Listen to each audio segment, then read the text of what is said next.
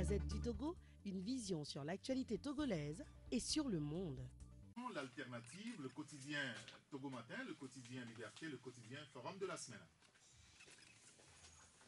Ouais, bonjour. Ego. Ça va? Alors, Ali, comment va? En forme? Ah, c'est vrai que je ne l'ai pas aujourd'hui. Et là-bas? Il est toujours en retard. Il est toujours en retard. Eh bien, oui, je vais ranger ça. Je vais au matin, on s'y place pour pouvoir prendre tes images. Tu dois bouger. C'est bon.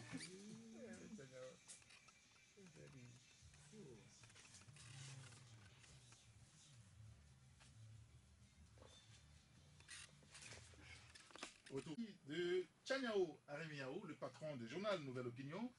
Bonjour Tchaniao Arimiao. Eric, bonjour. Bonjour aux auditrices et aux auditeurs de Taxi FM. C'est un plaisir pour moi de retrouver le plateau de Taxi FM et puis mes amis. Bien sûr, merci de nous avoir. Et ça fait toujours plaisir. N'est-ce pas? Je suis très content. Vous avez manqué à la famille. Oui. Bonjour Fabrice Letiesi. Bonjour à toi et bonjour à tous les auditeurs. Vous allez bien? Je vais bien. Parfait. Bonjour Ferdinand Haïté. Bonjour Eric et bonjour confrères et bonjour auditeurs. Merci d'être là. Abi Alpha, bonjour. Bonjour confrère, bonjour à tout le monde. Je vais dire Gabité à Tchaniao quoi. Ça veut dire quand quelqu'un revient de loin, c'est de cette façon. Non, il ne revient pas de loin. La semaine dernière. Ça fait longtemps qu'il n'est pas avec nous. La semaine dernière, nous avons enregistré le retour de Loïc Lasson. Il va nous rejoindre d'une minute à l'autre tout à l'heure. Et puis cette semaine, nous enregistrons le retour au bercail de l'enfant prodige. On va aborder le sujet principal aujourd'hui, vous vous en doutez, c'est l'actualité politique avec les recommandations telles que formulées par la conférence des chefs d'État et de gouvernement de la CEDEAO mardi dernier. La CEDEAO a formulé beaucoup de recommandations quand même à l'endroit de la classe politique. Ça devrait être quand même l'ordonnance pour une sortie de crise politique heureuse chez nous. Je veux d'abord avoir votre avis sur l'avis global, avant que nous rentrions dans les détails sur ces recommandations de la CEDEAO. Abi Alpha, je commence par vous. Quel est votre avis de façon générale par rapport donc, à ces recommandations? Bon, de façon générale, je crois qu'avec notre œil de journaliste, notre analyse conclut que la CEDEAO a coupé la poire en deux, ça c'est clair. Et puis, mieux au-delà de ça, si les gens veulent être vraiment politiques, on peut dire que c'est l'opposition qui doit se réjouir de cette feuille de route. Parce que beaucoup de points qui sont actuellement parmi les grands axes de cette recommandation ont longtemps fait partie de l'APG, d'autres recommandations qui sont restées lettres mortes. Et celui qui devait mettre en application ces recommandations, c'est le régime en place. Donc si c'était facile à faire comme une lettre à la poste, je crois que le régime aurait pu faire ça depuis longtemps avant que la CEDEAO ne vienne avec sa fameuse feuille de route. Donc, contrairement à ce que l'œil du profane peut croire, ce n'est pas un simple bonjour pour le régime en place. C'est vrai que l'opposition, on peut estimer qu'elle n'a pas eu tout ce qu'elle veut, mais ce qu'on a amené là, si vraiment les gens veulent être politiques, si les gens veulent être honnêtes dans l'application, c'est le régime qui serait le premier à avoir des problèmes dans la mise en œuvre de ces recommandations. Il appartient seulement à l'opposition d'être vigilante et par rapport au comité qui sera mis sur place pour faire le suivi, qu'on mette des gens d'une certaine moralité qui sont éveillés, assez techniques, politiques, pour vraiment amener les gens à faire ce qu'il faut. Donc moi je pense que pour le moment, c'est très tôt, c'est bien loin des réalités pour qu'un camp se réjouisse. On va revenir naturellement dans les détails quand même sur ces recommandations. Tchaniao Arimiao, quel est votre avis général déjà sur ces recommandations de la CEDEAO? D'abord, il faut remercier la CEDEAO pour le travail qui a été abattu. Et en tant que citoyen togolais, mon avis, c'est un avis de satisfaction parce que ici, moi, j'ai vu que la commission ou la CEDEAO dans son ensemble, qui a travaillé sur la question togolaise, a travaillé, a jugé comme cela se passe lorsqu'un mari et sa femme sont en conflit. On trouve une formule pour que et la femme et le mari, personne d'entre eux ne se sentent lésés, et pour qu'il y ait une continuité, une bienséance dans le couple. Et dans ce que nous avons eu comme feuille de route, c'est ce que moi j'ai vu, puisqu'il y a des volontés que le pouvoir en place avait déjà marquées, que ce soit en 2014 ou que ce soit en septembre 2017, le pouvoir a marqué une volonté et que malheureusement les vis-à-vis du pouvoir n'ont pas pris positivement. Et il y a également l'opposition qui a émis des souhaits.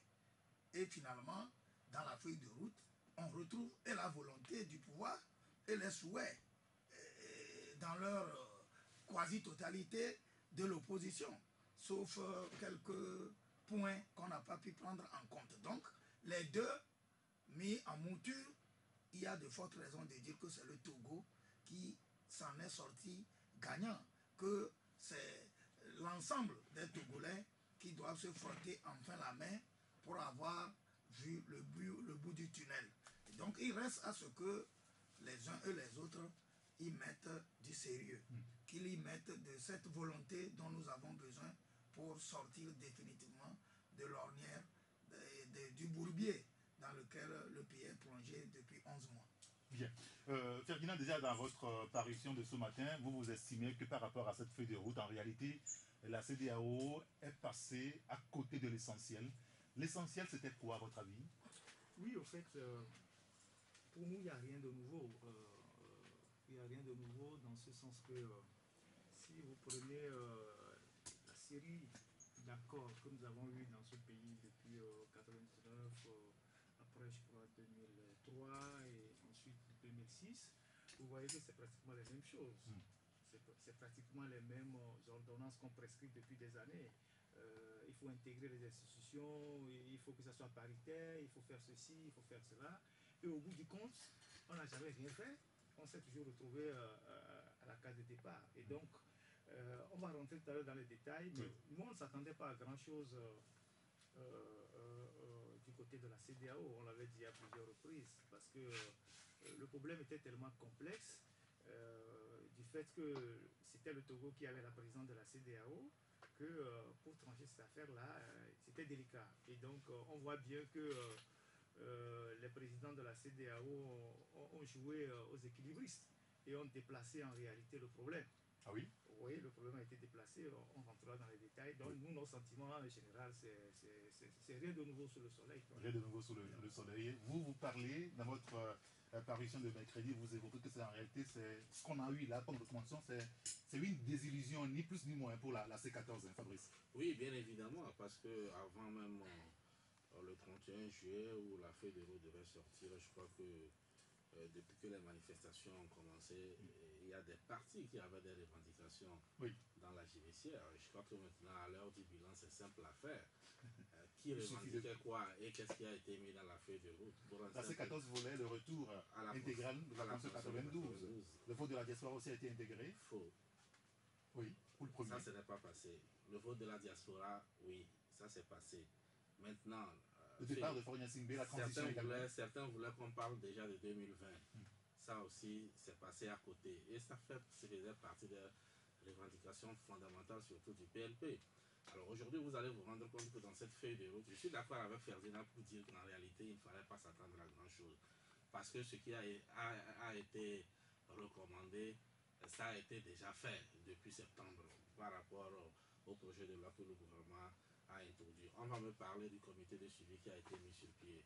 Oui, il y a un comité de suivi, mais ça ne fait pas partie des réformes parce qu'on ne mettra pas dans la Constitution ni dans le code électoral qu'il y aura toujours un comité de suivi de la CEDEAO. Mais pour l'instant, ce comité est là pour assurer, pour veiller par rapport à l'application. Donc, ça voudrait dire que dès déjà 80, c'est-à-dire à partir du 19 août, il y a eu des manifestations et il y a eu des revendications et le gouvernement sort un projet de loi. On aurait pu déjà en septembre faire des réformes à l'Assemblée nationale avec le mode de scrutin et puis discuter, arranger ce qu'il y a lieu de le faire, le mode de scrutin et puis bon, la limitation du mandat. Ça ne voudrait pas dire qu'après ces réformes-là, le combat devait s'arrêter.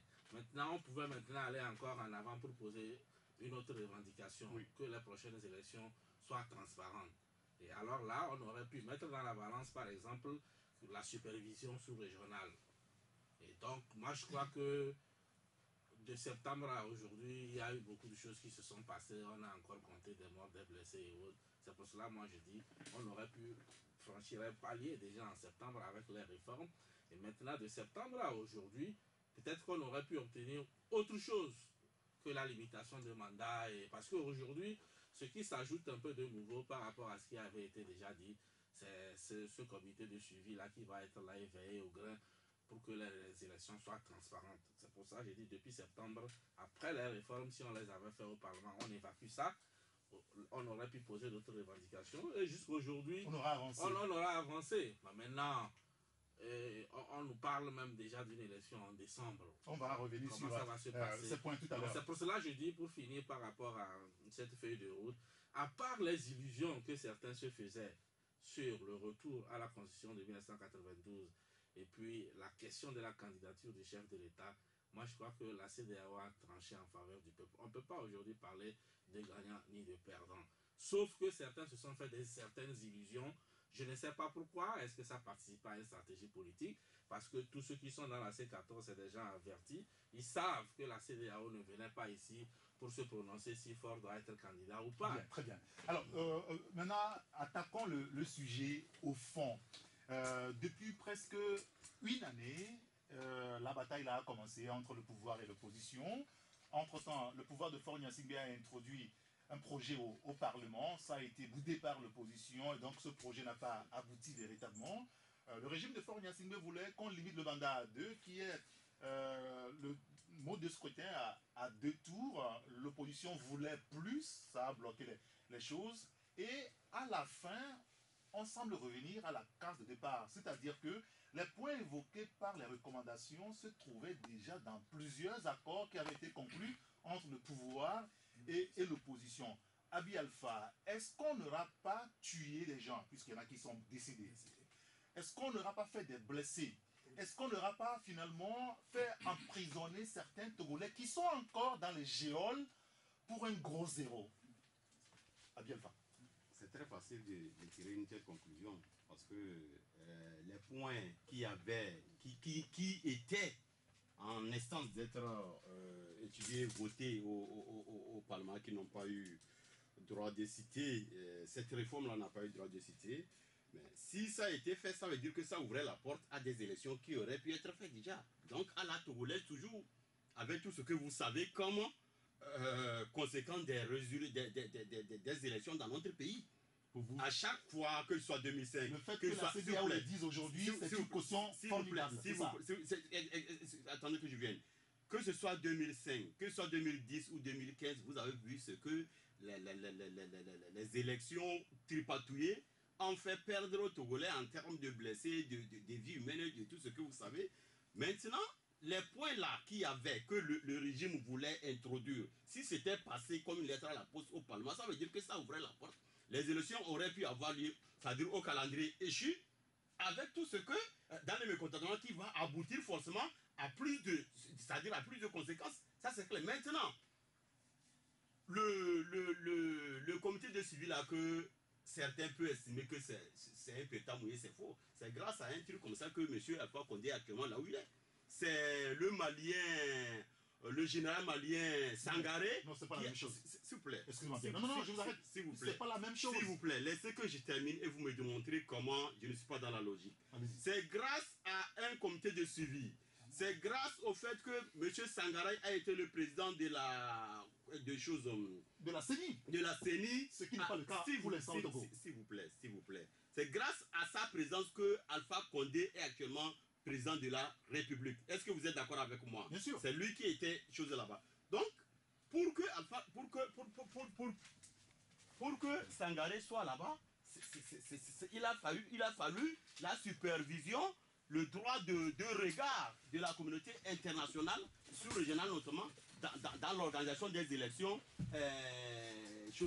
en Guinée, pour que Alpha Condé soit là. Et puis le fichier électoral.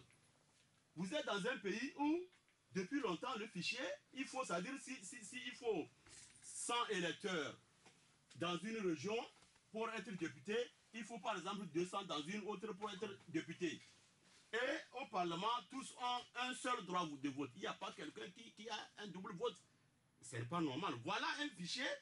Quand tu vas dans certaines régions, tu vois des noms des cadavres que moi je connais des milieux où les gens qui sont morts en 1960, leur nom revient 2-3 fois. Et depuis là, ça faisait le chou gras c'est-à-dire du régime qui en jouissait. Maintenant qu'il y a une situation qui est grâce au réveil c'est vrai que certains peuvent penser que c'est des illusions, mais les illusions ont fait que ces illusions que les gens se sont fait, la C14 s'est fait des illusions. C'est grâce à ces illusions, les gens sont conscients du problème togolais. Grâce à ces illusions, les chefs d'État ont laissé leurs préoccupations. On a mis sur pied une médiation. Bien. Il y a eu une réunion qui a parlé essentiellement du Togo. Grâce à ces illusions, actuellement, on est conscient du bourbier togolais et on en tient compte. Donc moi, je pense que c'est trop facile de tirer du terme. Merci beaucoup. Oui, Tchenewa Riviaou, est-ce que pour vous aussi, enfin, contrairement à Abi Alpha, on a perdu du temps pour un gros zéro? Bon, je crois que... Parce que Abi nous démontrait qu'en réalité, on a perdu du temps pour un gros zéro. Oui, à attendre Abi Alpha, je crois que si il fallait perdre tout ce temps pour arriver à quelque chose qui donne satisfaction à tous les Togolais, Dieu merci, puisque dans la démonstration de Abi Alpha, oui, il n'a été question de rien de négatif. Les gens ont perdu du temps, mais Abi Alpha salue aujourd'hui ce qui a été fait par la CEDEAO en donnant exemple du Mali et beaucoup d'autres pays de la sous-région. Je pense que on ne peut pas conclure tout à l'heure que des gens ont perdu tout ce temps pour rien du tout. Ce qui a été fait aujourd'hui, nous n'allons pas loger les problèmes togolais seulement au niveau du 19 août 2017. Depuis toujours, lorsque nous allons aux élections au Togo, c'est difficilement que les gens s'alignent aux résultats que nous avons. Il y a toujours eu des contestations, ça et là, depuis le temps du père du vieux et Adema, jusqu'à aujourd'hui, les Togolais ne se sont jamais accordés sur la vérité des urnes. Maintenant, si après le passage de la CEDEAO, d'aucuns pensent que tout ce qui a été dit permettra d'avoir des élections fiables, j'attire l'attention de tous nos concitoyens, de tous les politiciens togolais qui nous suivent en ce moment, que si la date indicative du 20 arrivait à tenir et que nous allons aux législatives, que d'aucuns ne se logent plus dans la veste de contestation, que les gens reconnaissent que, comme Abi Alpha le dit, qu'il y a des bases sérieuses qui ont été posées et que du sérieux a pu être fait. Donc, vivement que nous y allons et que les gens cessent de contester ce qui est sorti des urnes. Je crois que le comité de suivi tel qu'évoqué par Abi Alpha fera sa part, mais également, il y a la vérité du terrain, il y a les réalités des urnes et que tout le monde s'accorde maintenant à accepter ce qui sortira des urnes une fois de bon au Togo, parce que la CEDEAO est arrivée, parce que Abi Alpha même a reconnu que cela se fait de partout quand la CEDEAO passe. Donc, chapeau à la CEDEAO. Comme le ministre Gilbert Bawara, allais-je dire, laissait entendre dans sa dernière interview, laissons maintenant ces moments de discorde derrière nous et travaillons ensemble. On va y revenir tout à l'heure après la pause publicitaire. Nous accueillons Loïc. Loïc, bonjour. Bonjour, alors, sur le sujet, avant de poursuivre le sujet sur lequel on est avec les confrères, vous écrivez dans votre journal hier que cette feuille de route de la CEDEAO, là, c'est un pas qualitatif. Bien naturellement, je crois qu'on l'a démontré aussi là-dedans, parce que, tu sais, je faisais partie, au flambeau des démocrates, on faisait partie de ceux qui ont, comme beaucoup de Togolais, attendu longtemps cette feuille de route. On était optimistes, on savait aussi que ça serait quelque chose qui, comme l'a dit Abi, je suis d'accord avec lui, qu'une poire qui a été divisée en deux. Même si, en réalité, quand tu prends un œil politique, tu la regardes, quand tu scrupules au fond, tu sens que juste le Togo, on a presque le Togo la thérapie pour que désormais on quitte, on ne soit plus une curiosité dans la sous-région. C'est quoi? Et qu'aujourd'hui, on veut faire de nous un État démocratique. Et je crois que ça a été dit même dans les... Une thérapie qui veut nous faire sortir du statu quo. Ça a été dit dans les recommandations quelque part. Il y a la phrase qui le dit de manière un peu subtile, qu'il faut qu'on retrouve le chemin de la démocratie. c'est quelque part dans le texte. Donc, ça veut dire la CEDEAO a reconnu qu'on n'est pas dans le standard démocratique. Parce que le standard veut que ce soit des élections et qu'il y ait un mandat limité, que ce soit des élections à deux tours comme on en voit au Mali aujourd'hui. Donc, c'est ce qui a été fait et globalement, nous pensons que c'est pas qualitatif. J'en ai débattu avec Ferdinand longtemps, dès que c'est sorti le soir-là. Quand je l'ai vu pessimiste, je lui ai dit non, Ferdinando, ça c'est bon pour le Togo. C'est ça qui peut nous amener au bon port et je suis convaincu, vu les dispositifs, cette fois-ci mis par la CEDEAO, c'est ce qu'ils appellent le comité de suivi consort. Moi, je vois que cette fois-ci, c'est la bonne. Je crois qu'on va arriver à bon port. Et c'est pour cela, je dis, il n'y a pas, Ferdinand, rassure-toi, il n'y a pas, comme tu le dis, non, j'ai vu son titre ce matin. On n'est pas passé à côté de l'essentiel. Voilà, on n'est pas passé à côté de l'essentiel. Bien sûr, tout à l'heure, il va s'expliquer. Voilà, on n'est pas passé à côté de l'essentiel. À Fabrice Boutéji, j'ai dit, reviens aussi sur terre. Il n'y a pas eu de désillusion. Parce que, pas de... Voilà, bien sur terre. Il n'y a pas eu de désillusion d'un camp sur l'autre. Et ça, je peux de la C14. Et ça, même les plus virulents, ceux qui ont souvent une langue assez dure comme Gilbert O'Hara, tu as vu, c'est assez posé. Hier, RFI a changé en vain la réaction des membres de UNIR. Ils l'ont dit clairement. Donc tu comprends, c'est pour te dire que chacun sent que ça là, c'est du piment, de la patate chaude qu'on nous a donné et il faudrait le surveiller, il faudrait qu'on arrive. On va revenir là-dessus en détail. Si tu permets, en fait, je fais partie de ceux qui estiment que cette feuille de route-là, en fait, c'est en faveur du peuple togolais. Oui, et qu'il n'y a pas eu un camp qui l'a emporté sur l'autre. Vers la fin, vous l'avez dit. Sauf qu'aujourd'hui, certains donnent l'impression comme si l'opposition n'a rien eu. Parce qu'on n'a pas parlé de Faure Gnassingbé en 2020. C'est pour cela que je dis, sur cette question, en réalité, tout le monde savait que la CEDEAO ne pouvait pas se prononcer sur la candidature ou non de Faure Gnassingbé en 2020. Très bien. Alors, revenons sur la question initiale avant la pause, c'est-à-dire, est-ce qu'on n'a pas perdu du temps pour un gros zéro? Ferdinand Haïté. Non, moi je pense que on n'a pas perdu du temps pour un gros zéro. Il faut déplorer quand même qu'il y a eu des victimes, des gens sont en prison, tout ça. Au-delà, il faut aussi préciser que ce n'est pas parce qu'on n'a pas parlé de 2020 dans la feuille de route qu'on n'en a pas parlé. Hein. Il faut faire attention. Ce n'est pas parce qu'on n'a pas dit, on n'a pas parlé du sujet de 2020 dans la feuille de route qu'on n'en a pas discuté. Vous avez eu des confidences? C'est ce que je dis. C'est pas parce qu'on n'en a pas parlé qu'on n'en a pas discuté. Ici, on parle de la feuille de route. S'il vous plaît. Non, on analyse. Les indiscrétions, on en a aussi. Non, attendez. Je voulais que le débat soit calme. Renseignez-vous. C'est pas parce qu'on n'a pas mis ça dans la feuille de route qu'on n'en a pas parlé. Est-ce qu'on n'a pas perdu du temps pour zéro? Vous avez dit non. Oui, alors, moi, pourquoi je suis pessimiste? Parce que tout ce qu'on est en train de nous servir là, on a déjà vu ça. On a déjà vu ça. Et ne me dites pas que les gens qui n'ont pas, pendant 13 ans, ont refusé de faire les réformes, ils vont les faire en 4 mois. Et moi, je ne crois même pas aux élections. Parce que quand vous voyez bien cette feuille de route et que vous la comparez même avec le communiqué de la coalition, on voit bien que la coalition est allée négocier en position de faiblesse. C'est ce que j'ai démontré lorsque vous m'avez appelé. Oui. Vous voyez. C'est-à-dire que, d'abord, la seule arme qu'ils avaient, ça c'est le premier point, ils l'ont mis sous le boisseau.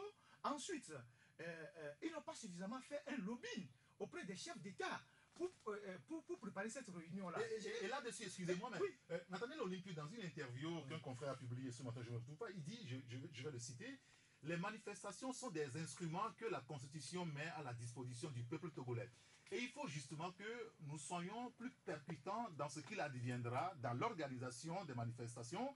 Oui, il faut des manifestations, oui, il faut des démarches diplomatiques très importantes. C'est ce qu'il a dit. Il ajoute, il y a des chefs d'État qui sont venus et qui n'ont jamais entendu parler de nos revendications, qui n'ont jamais écouté quelqu'un de la coalition. Il faut maintenant aller vers les gens, défendre notre position avec fermeté. On comprend là qu'il n'y a pas eu de lobbying au niveau de la coalition. Ça, c'est, comment on appelle ça? C'est le médecin après la mort. Je m'explique. Tout le monde savait qu'il devait y avoir un sommet ici. Et ce sommet, le Togo devait être au centre de ce sommet-là. Vous voyez. Et donc, à part les deux médiateurs qui sont au courant de nos problèmes, peut-être dans les détails, il fallait aller chez les chefs d'État avec un document à l'appui. Parce que ces chefs d'État, in fine, c'est eux qui tranchent à huis clos, c'est eux qui discutent. Vous savez, dans ces genres de réunions des chefs d'État, où vous avez 4 heures de temps pour débattre de 20 sujets, ce n'est pas forcément que certains chefs d'État aient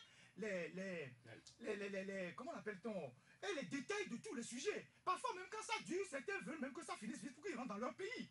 Vous avez vu. Donc, certains, à un moment donné, s'alignent juste sur ceux qui sont les plus informés en disant, bon, c'est comme ça, on peut y aller. Donc, ce lobbying-là, ça n'a pas été fait. Vous savez que ces gens de réunion se préparent par les ministres des Affaires étrangères en conférence des ministres des Affaires étrangères avec la commission qui prépare les dossiers. Donc, il fallait aller, par exemple, au Bénin, qui était proche, il fallait aller, comment appelle-t-on, au Burkina, qui était proche, qui ont des intérêts immédiats chez nous. Il faut aller au Nigeria, il fallait aller chez Macky Sall. Donc, le pouvoir a fait ça. Vous imaginez, le pouvoir qui tient, la CEDEAO a envoyé ses émissaires, Bawara et Madougou, aller dans les palais des chefs d'État avant la réunion. Et donc, moi, je pense que ce côté-là a manqué. Et c'est ce que révèle la coalition. Quand on le dit, on ne le dit pas pour leur faire du mal, mais on leur dit ça pour que demain, ils puissent s'organiser. C'est tout. Au-delà, vous voyez très bien que même dans la coalition, depuis qu'on a créé cette coalition, il n'y a pas un directoire pour pouvoir aller aux discussions. Quand ils vont aux discussions, ils vont tous ensemble. Parfois, au risque même de créer des contradictions auprès de certains chefs d'État. Comme ça s'est passé au Ghana, à quelques heures du sommet. Voilà, la coalition était au Ghana. Il y a un sujet sur lequel on a évoqué sur les cas des villes qui ont été assiégées. Certains disent qu'on a levé le siège, d'autres disent qu'on n'a pas levé le siège. Devant le président ghanéen, qui était surpris. Donc, toutes ces choses-là ont contribué à fragiliser, je ne sais pas... La position des chefs d'État, finalement. Oui, parce que quand vous ne maîtrisez pas un dossier, qu'est-ce que vous en faites? En réalité, on pose un dossier, quand vous ne le maîtrisez pas, vous n'avez pas des interlocuteurs qui sont venus vous donner des documents, où on vous a fait des fiches pour apprécier le dossier. Qu'est-ce que vous en faites? Bon, maintenant, moi, au-delà de tout ça, moi, je pense que cette feuille de route est irréalisable. Je ne vais pas monopoliser la parole, mais je pense que je la monopolise déjà, pour plusieurs raisons. Je finis, pour plusieurs raisons. Cette élection, dans 4 mois, est irréalisable. Excusez-moi de le dire ainsi. Et moi, je trouve même que cette élection législative n'a aucun sens. Elle n'a aucun sens. Oui, elle n'a aucun sens parce que, vous imaginez, si on ne fait pas les élections en décembre, même si on les fait en décembre, ou on les pousse en janvier, nous serons à 1 an de la prochaine présidentielle. Oui. Vous êtes d'accord avec moi? Bien sûr. Alors, si on fait les élections en janvier ou en décembre, on a un nouveau parlement. On dit dans la feuille de route que c'est le parlement actuel qui va faire les réformes. À défaut, on va au référendum. Oui. Alors, si ça bloque au Parlement, ça veut qu'il y a un référendum, ça c'est une élection, après il y aura législative, après il y aura présidentielle 2020. Voilà. Quel est l'enjeu du prochain Parlement? C'est juste pour voter les textes de la République. Je suis d'accord, vous êtes d'accord avec moi? Alors, si on fait une élection à 1 an de la présidentielle de 2020, si par exemple, je suis dans les suppositions, UNIR gagne, c'est une supposition, hein, et qu'en 2020, il y a alternance, le président qui vient dissout le Parlement. Vous êtes d'accord avec moi? Non, vous êtes d'accord avec moi? Non, c'est pas une possibilité. C'est réaliste. Il dissout le Parlement.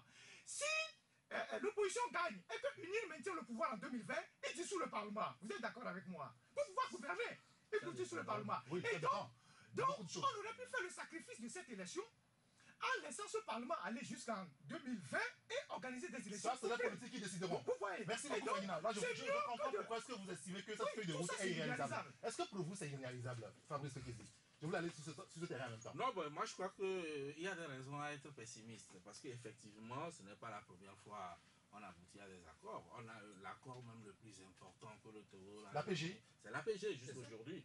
Même la feuille de route CEDEAO est en dessous de ce que l'APG a fait. Mais aujourd'hui, quand on fait le bilan de l'APG, on se rejette les torts. Tel dit que c'est tel qui est à l'origine du blocage. Et c'est pour cela, moi je dis aujourd'hui, si on ne tire pas des leçons par rapport à ce qui s'est passé, enfin, dans un passé récent, si je peux me répéter, on risque encore de se retrouver dans une situation du genre où, comme certains l'ont déjà annoncé, qu'il risque d'avoir des blocages à certains niveaux. Et donc, nous sommes sur un terrain politique et n'attendez pas à ce que ce soit les gens aillent fonctionner comme des enfants de cœur. Chacun jouera sa partition pour pouvoir tirer les draps de son côté. Donc cela voudrait dire, parfois le pouvoir peut utiliser le jeu de l'opposition pour se tirer d'affaire. L'opposition également. Donc moi je dis par rapport aux leçons de la APG, ce qui a fait qu'aujourd'hui ça a échoué sur certains postes, ça n'a pas abouti. Il faut éviter de prêter le flanc à ceux qui ne voudraient pas que la feuille de route, par exemple, soit appliquée. Parce qu'effectivement, les accords qu'on applaudit, bien évidemment, les accords qu'on applaudit, on en a eu. Mais maintenant, c'est la pratique, la matérialisation de ces accords-là qui risque de poser problème. Et sur ce point, il faudrait que chacun, ceux qui ont estimé par le passé qu'ils ont été floués, il faudrait On aujourd'hui les rassure aussi. qu'ils soient plus regardants là-dessus pour ne plus être floués et qu'on aboutisse vraiment à la matérialisation. Mais non, en ce qui concerne le lobbying, ça c'est pour répondre un peu à Ferdinand, c'est vrai que l'opposition n'a pas eu les moyens de faire toute la tournée qu'il aurait fallu, mais Il s'agit aussi de la question des moyens. Hein. c'est possible. C'est possible, on ne vient pas en politique pour demander la quête des militants et réussir à asseoir ce qu'on veut. Mais moi, je dis aussi que tous ces pays de la CEDEAO, là, à quelques exceptions, elles ont des représentations diplomatiques ici, aujourd'hui. C'est pour cela, moi, ça m'amuse un peu. Parfois, quand je vois les Togolais se lever, ils disent qu'ils veulent aller informer la France, ils veulent aller informer les États-Unis de ce qui se passe. Détrompez-vous. Bien. À la minute près, ces gens-là sont au courant de ce Euh, qui se passe parce qu'ils ont des C'est Abi Alpha qui doit prendre la parole avant Tchéniawa Rémiao. juste Abi Alpha, par rapport à ces points évoqués par la conférence des chefs d'État, est-ce que vous pensez quand même que c'est irréalisable, comme Ferdinand disait tantôt? Oui, pour commencer par là où a fini le confrère. Non, répondez à ma question. Non, juste, pour qu'on aille très rapidement. je ne refuse pas. Je vais juste faire une petite mise au point pour dire que très souvent, quand tu regardes ces diplomaties qui sont représentées ici, Ils font le jeu du pouvoir. Que ce soit au niveau européen ou bien au niveau sous-régional, quand ces messieurs arrivent dans les premiers jours, quand on leur tend le micro, leur discours est différent des discours qui tiennent peut-être un an ou bien 6 mois après. Donc, allez-y comprendre. C'est-à-dire par rapport à la réalité du terrain, quoi. On a compris. Donc, c'est vrai qu'ils sont là. Ouais. Et c'est vrai qu'ils sont là, ils connaissent nos réalités, mais il faut encore qu'ils fassent des comptes rendus honnêtes par rapport à nos réalités. Dans les faits, ça, c'est un. Secondo maintenant, j'ai déjà dit ici que parmi ces points-là, à quelques encablures près, il y a assez qui existait déjà dans les accords qui ont été signés il y a belle lurette. Sauf que ces points sont si les gens en 4 mois. Et que si les gens avaient la volonté de les exécuter, la CEDEAO ne serait pas venue nous trouver là où nous sommes. C'est ça que j'avais dit, n'est-ce pas? En 4 mois, entre nous, si on commence par le fichier électoral, mais pour corriger un fichier, ça veut dire qu'il faut faire un recensement. Oui. C'est ça. Oui. Actuellement, vous êtes d'accord avec moi que dans tous les pays, sinon dans nos milieux où tout est approximatif, je vais parler des milieux beaucoup plus africains, mais la population, c'est-à-dire la population électorale fait souvent à peine un tiers de la population réelle. C'est-à-dire si on vous dit que le Bénin a 10 millions d'habitants, c'est-à-dire concrètement si la Banque mondiale vient faire un vrai recensement du genre recensement lié au développement et qu'on arrête les Béninois à 10 millions, le jour où il y a l'élection, tu verras que peut-être on va trouver 4 millions, bien 3 millions 500. Oui. Donc c'est ça qui est la première réalité. Ça veut dire que actuellement là où nous sommes, si on veut vraiment aller réellement pour corriger ce qu'il faut corriger, parce que une chose c'est d'avancer des points à corriger. L'autre chose, c'est d'avoir les moyens sur le terrain pour les corriger. Bien. Je vous disais la dernière fois ici que le dernier recensement, juste au recensement vrai, c'est-à-dire au sens vrai du terme ici, remonte à plus de 10 ans. Je sais que vous comprenez. Vous maintenant, ça veut dire qu'il faut faire le recensement 1. Après le recensement, maintenant que c'est possible de corriger, ça veut dire que c'est un vrai recensement objectif qui corrige le fichier électoral 1. Secondo, le processus qui va amener à choses au Parlement, oui, avec les corrections qui s'imposent là, qui auraient dû être faites si vraiment il y avait une réelle volonté de... Puisque actuellement, puisque là où nous sommes là, c'est parce qu'à un moment donné, le camp qui gère le pays, qui est censé faire ces réformes, on n'a pas voulu le faire parce que ça ne les arrangeait pas. Maintenant, ils sont contraires parce qu'il y a deux forces qui vont beaucoup peser dans la balance. Non seulement au-delà de ce comité qui va être mis sur place, il y a Boari qui a pris la CEDEAO, qui ne va pas aussi, ce n'est pas quelqu'un. C'est un élément n'est pas négligé, ça c'est clair. D'accord, les gens ne voulaient pas, les gens avaient soutenu un autre pays, auraient même que ce soit un autre pays. Donc, moi je pense que les réalités du terrain, elles sont là. Que les gens sachent que rien ne sera plus comme avant. Les Togolais s'est réveillé. La communauté est consciente de nos réalités, de nos problèmes. Ça ne serait plus comme avant. On pense que on peut baratiner tout le monde par un tour de bras. Convenablement. Oui, Tchéniawa Rémiao, aujourd'hui. Est-ce que ces points évoqués par... oui, je donne la parole à Loïc. Ces points évoqués par la CEDEAO aujourd'hui ne contiennent pas en eux-mêmes l'élément de crise, encore une fois. Non, Oui, bon. de blocage, oui, bien sûr, donc de crise. Avant de répondre à votre question, je crois que nous sommes Non, des si on fait leaders, avant, nous ne va pas sommes des finir. leaders Excusez-moi. d'opinion. Attends, on est là pour éclairer. Oui, je voulais qu'on aille très rapidement. Il ne faut pas que nous fassions insulte à l'endroit des diplomates qui sont au Togo.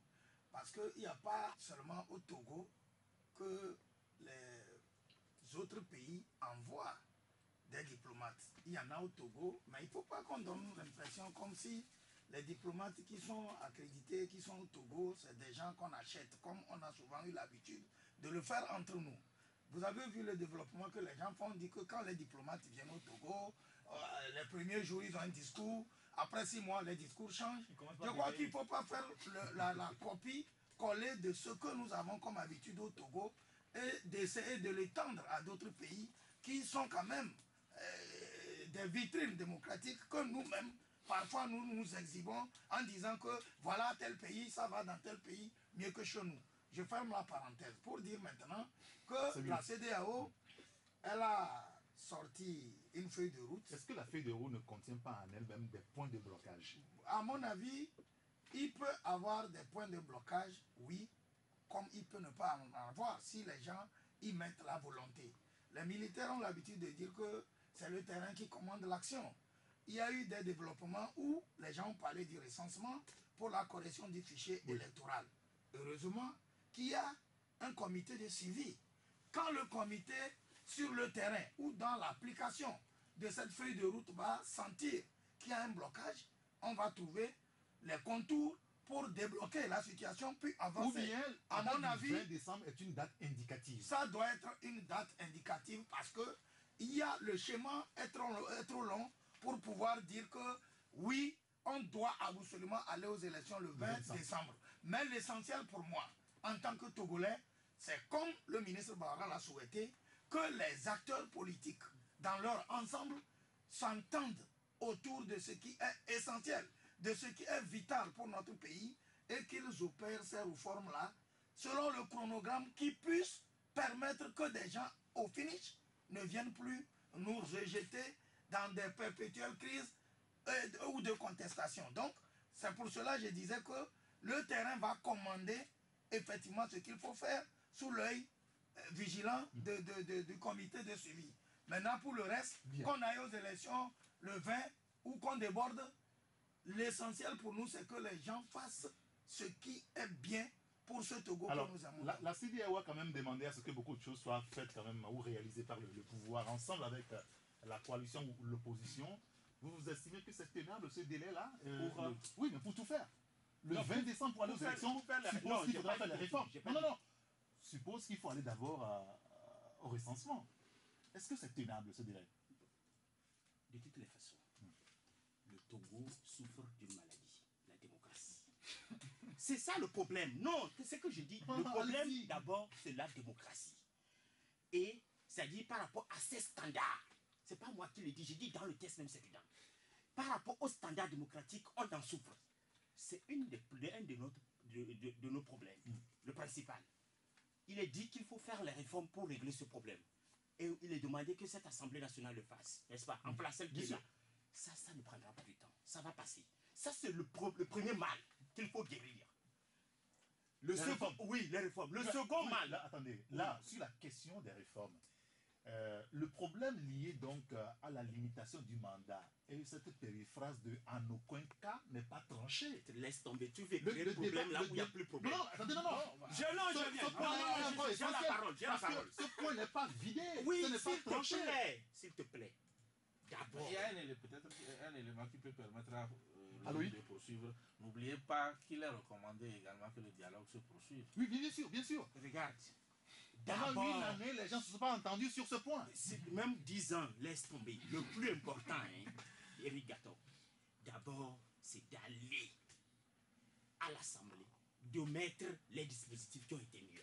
Ce que les chefs d'État ont souligné là. Élection à 2 tours, limitation de mandat. L'autre sujet que tu dis, c'est notre débat. Mais non, je vais t'expliquer. Pourquoi?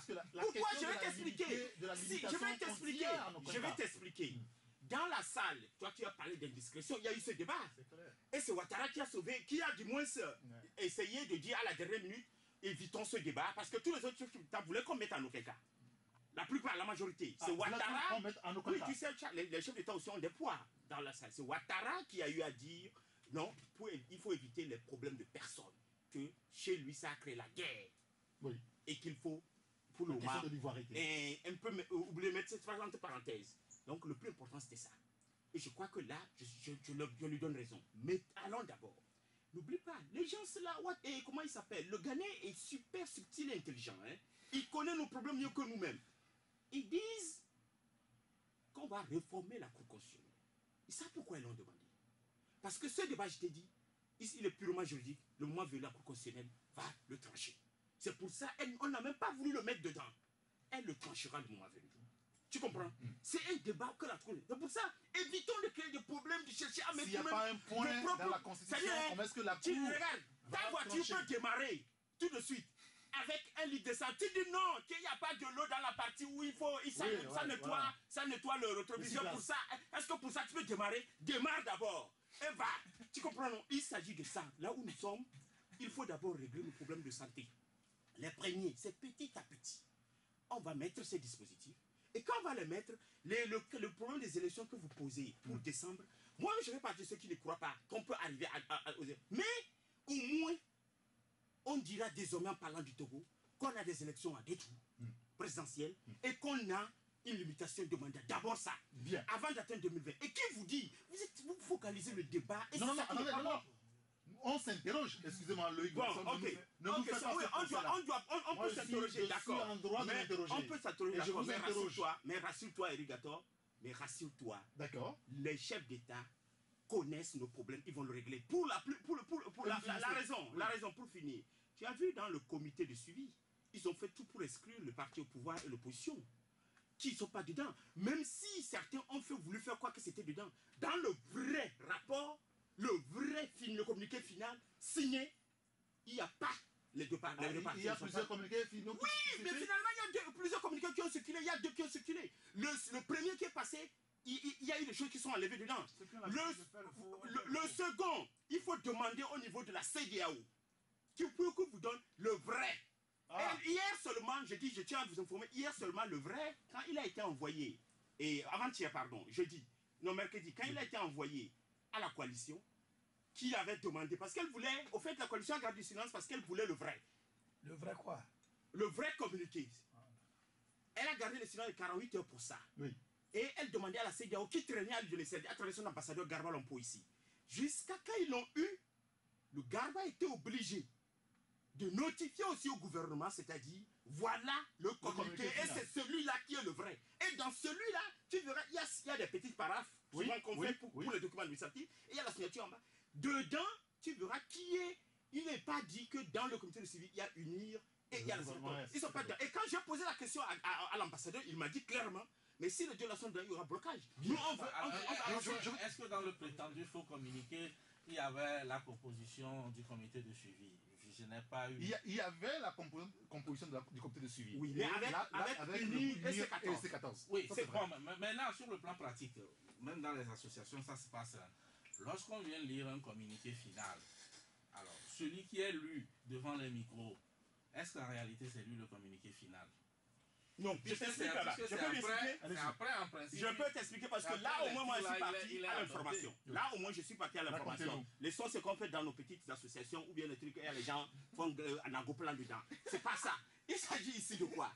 Il s'est fait que, au secrétariat, parce que j'ai demandé pourquoi il y a eu cette erreur. Au secrétariat, l'argument qui a été dit, c'est qu'au secrétariat, au moment où les chefs d'État ont eu plusieurs versions des communiqués, avec la partie, par exemple, comment on dit ça, C14 et trucs. Et les chefs d'État ont dit non, on ne peut pas mettre ces deux-là dedans. Ah, donc on a balancé en le projet. On ne peut pas mettre ces deux-là dedans parce qu'avec eux, le comité a besoin d'être indépendant et il n'a pas besoin de gens, il doit être fort il va être bloqué. Maintenant, au niveau du secrétariat, on ne sait pas comment ça s'est fait. On m'a parlé du mot, on m'a utilisé le mot scanner, que quelqu'un a scanné la partie là, a enlevé la partie là dans le scannage. C'est ce qu'on m'a dit. Mais au finish, ce qu'il faut retenir, c'est qu'il y a un communiqué qui est vrai. Alors, on avance. Finalement. J'en ai parlé à Ferdinand Haïté maintenant sur le sujet. Allez-y, Ferdinand. Bon, moi je dis, est-ce que vous savez que il y a un comité informel de 3 chefs d'État qui a été mis en place pour régler le problème de 2020? Comment? Un comité informel De 3 chefs d'État. Qui sont-ils? Qui est mis en place pour régler le 2020. problème la question de 2020. Qui sont-ils? Je vous donnerai les noms. Et donc, moi, je dis toujours que la question de 2020 sera réglée au moment venu. Mais sur l'essentiel de ce que nous avons en face de nous, moi, je me tiens juste à la bonne volonté des uns et des autres. Est-ce qu'il y aura cette bonne volonté? Non, non. Et du fait que, par expérience, les gens qui ont passé 13 ans à ne pas appliquer un accord politique global, je ne les vois pas en train de mettre en œuvre ce qu'on a mis devant nous là. Je vais vous expliquer. Non, mais Ferdinand, les choses peuvent évoluer. Laissez-moi avancer. Vous savez, les gens ont cru que le problème va être réglé lorsque l'opposition va intégrer la Cour constitutionnelle, lorsque l'opposition va intégrer la CENI, lorsqu'il y aura si. Et l'opposition aussi pense que veut participer à la gestion d'un pouvoir qu'elle n'a pas acquis. C'est pour ça, quand on parle de transition politique, moi je tombe des nues. C'est ça, si vous comprenez. Ils veulent participer à la gestion d'un pouvoir qu'ils n'ont pas acquis. On veut être rentré dans la Cour constitutionnelle, dans la Hague, alors qu'on peut régler ce problème-là autrement. C'est comme on n'a pas tiré les leçons du passé. Vous savez qu'après 2006, il y a eu quand même l'opposition a mis quelqu'un à la Cour constitutionnelle. Oui, bien sûr. Qui est resté. Il y a eu 2 élections que l'opposition a qualifiées de frauduleuses. Ce membre de l'opposition n'a jamais sorti un communiqué pour dire oui ou non, étant membre de la Cour constitutionnelle, je n'ai pas été d'accord pour valider les résultats. On est d'accord. L'opposition était dans la CENI. Vous vous souvenez de la manière dont on a mis les Pedro et tout leur groupe dehors, on a pris leur voiture et tout ça. Et en présence du général Sangaré, qui était là, les gens ont amené les militaires à la CENI, on les a sortis. On a fermé leur bureau à clé. Oui, on a pris les excuse-moi, mais on a pris les voitures, on a bloqué leur... comment appelle-t-on? Leur téléphone? Non. Leurs émoluments. Jusqu'à ce jour, on n'aura jamais payé ça. Et donc, des gens qui agissent comme ça, vous avez la bonne... En 5 mois, vous ne les voyez pas faire. Vous pensez que en 5 mois, ils vont devenir gentils, ils vont devenir très cool, ils vont dire, bon, maintenant c'est bon, on va faire la réforme, tout va se passer normalement, vous êtes les plus gentils. Vous êtes trop pessimiste et infernal. Je fais un constat. Mon raisonnement est sur la base d'un constat. Laissez-moi... Oui, laissez-moi douter de la bonne foi. Non, c'est un raisonnement. Laissez-moi douter de la bonne foi. Laissez-moi douter de la bonne foi. Laissez-moi douter de la bonne foi des gens qui nous ont démontré durant plus de 10 ans qu'ils ne sont pas capables d'appliquer les accords. Maintenant, le comité de suivi, je ne sais pas quelle influence ça pourrait avoir. Monsieur, écoutez, nous allons marquer une petite pause publicitaire de quelques secondes seulement et on revient en studio. Et que ça puisse déborder, mais qu'on aboutisse et qu'on ferme les pages sombres de tout ce que nous connaissons comme crise depuis toujours. Moi, je ne voudrais pas qu'à la fin des travaux de cette feuille de route, qu'on dise qu'il y a eu élection au Togo et que quelqu'un est en train de contester ces élections-là. Parce que c'est de là que commencent nos problèmes. Fabrice le dit maintenant. Oui, sur le cas de la C14. Oui, le sort de la C14. Je crois qu'au départ... Est-ce qu'il est scellé? C'est fini? Non, c'est pas fini parce que au départ, c'était bien défini clairement que le regroupement, c'était pour rechercher les réformes. Oui. Je crois qu'aujourd'hui, on n'a pas encore les réformes. Ça ne figure que dans une feuille de route, c'est pas encore dans la Constitution. Et donc, naturellement, avec le dialogue qui va rester permanent, naturellement, le groupe va toujours exister pour pouvoir participer à ces travaux-là. Mais il faut dire que lorsque l'heure des élections aura sonné, naturellement, ils tiennent toujours à préciser que ce n'est pas une coalition électoraliste. Lorsque l'heure de l'élection viendra, s'ils ne revoient ça va être la bagarre. Pas forcément la bagarre. C'est-à-dire, quand chacun prendra sa route, ça ne sera pas une querelle. Ou alors, ils peuvent se dire aussi, nous avons commencé une dynamique qui a marché, ce n'était pas pour qu'on aille à des élections, mais si ça nous marche, pourquoi ne pas rester ensemble? Donc ça peut être cela. Moi, je crois que la C14 a encore un peu de l'avenir devant elle en ce qui concerne sa cohésion, parce qu'il y a un élément fondamental ces derniers jours qui a fait que, parce qu'à un moment donné, certains ont cru que en fait c'est eux qui faisaient la C14. Alors, je prends l'exemple des derniers meetings organisés par les autres, sauf le PNP. Alors, partout où ils sont allés, il paraît qu'ils ont mobilisé. Alors que certains estimaient que c'était leur fief, ils ont demandé aux gens, on ne s'associe pas. Et je crois que c'est un élément qui peut amener, Là où ceux qui pensent que peut-être c'est eux, la locomotive, de comprendre qu'en fait c'est une dynamique unitaire. Totalement vrai. Et ça peut ramener ceux qui pensaient ainsi sur Terre. Et peut-être que. Et vice-versa. Et vice-versa pour eux. Alors, C'est comme ça. la question, justement, on est presque en train de finir la lutte qui avait été enclenchée beaucoup plus le 19 août dernier. Mais le débat aussi, c'est Tipi Achadam. Où est-ce qu'il est aujourd'hui? On ne le voit plus. Ferdinand. Oh, moi, je saurais dire là où il est. Je ne suis pas un investisseur. Je ne sais pas. Je ne suis pas assez trousse pour savoir où il est. On dit qu'il est au Ghana. Je ne sais pas s'il est là-bas. Bon, pour finir ce débat qu'on a eu, moi, je pense que la lutte n'est pas en train de finir, comme vous l'avez dit. Le problème est juste déplacé.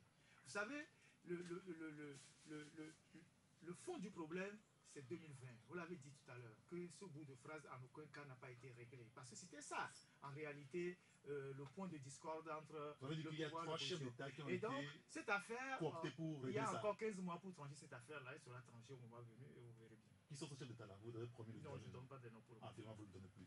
Abi Alpha. Tipi Achadam.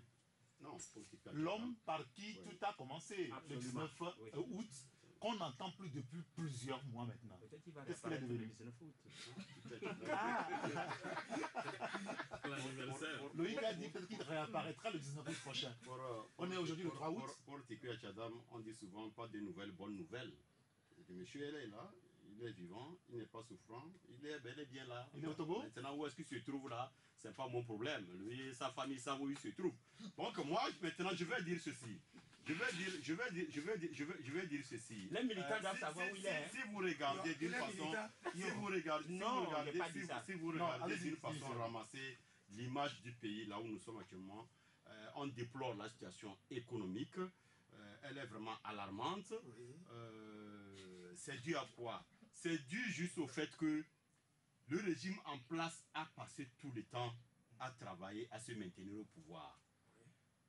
Si quelqu'un travaille, laisse les problèmes de développement pour travailler à s'accrocher au pouvoir, c'est parce que quelque part, il y a un camp qui estime que les grands axes de la démocratie ne sont pas assis. Donc, il faut qu'on fasse un effort pour que un jour, on quitte le débat politique pour penser au développement. Actuellement, il n'y a pas une société d'État actuellement. Tout est en dehors de Togocel, sur laquelle on se base plus ou moins pour faire des conférences. Tout est à terre. Par où l'État passe, c'est la faillite. Tout est en rouge. Les banques même sont tellement en faillite parce que les gens ont laissé les problèmes de développement, la gestion du pays, pour s'occuper de comment conserver un pouvoir.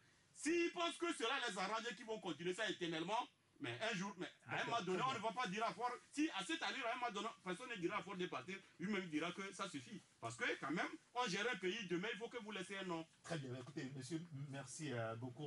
On tend vers la fin. Oui, la question de Tipi, c'est très important, n'est-ce pas? Loïc, allez-y. J'étais déjà dit peut-être qu'il reviendra le 17 ou le 19. On ne sait jamais. On ne sait jamais. Non, mais bon. Mais ce que je peux dire là-dessus, c'est que, écoutez, je crois que ces militants l'attendent. Parce qu'un chef aussi ne veut pas être longtemps dehors. Il me semble que ce sujet revient tous les samedis à leur meeting hebdomadaire. Ah, d'accord. Où est Tipi? Voilà, justement, parce que ce n'est pas de là où il est. Les audios même ont cessé, je ne sais plus, je n'ai plus entendu ces audios. Ce n'est pas les audios qui font. Les militants ne seront plus mobilisés comme ils se doivent tant que leur chef n'est pas là. Et quoi qu'on dise, tu te rends compte, et c'est lui qui est à la base de ce qu'on a connu jusqu'à aujourd'hui. C'est-à-dire c'est grâce à Tipi que le débat sur les réformes a été relancé parce que c'était au point mort. C'était au point mort, même oublié même. Peut-être que jeudi, on va le recevoir ici pour que vous puissiez l'écouter. Si tu peux nous faire le miracle de le recevoir, on serait très content parce que tu as déjà fait ça une fois et on a appris ce que ça a causé.